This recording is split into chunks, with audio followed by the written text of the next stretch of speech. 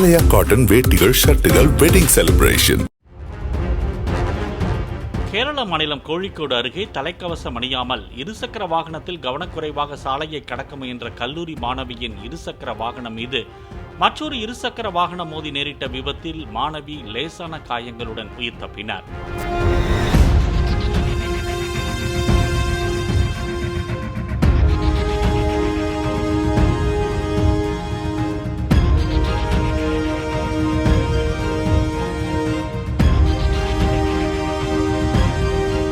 ஓமச்சேரி முதூர் பிரதான சாலையில் பதிவான சிசிடிவி காட்சி வாயிலாக விபத்தை ஏற்படுத்திவிட்டு இருசக்கர வாகன ஓட்டி நிற்காமல் தப்பியது தெரிய வந்தது.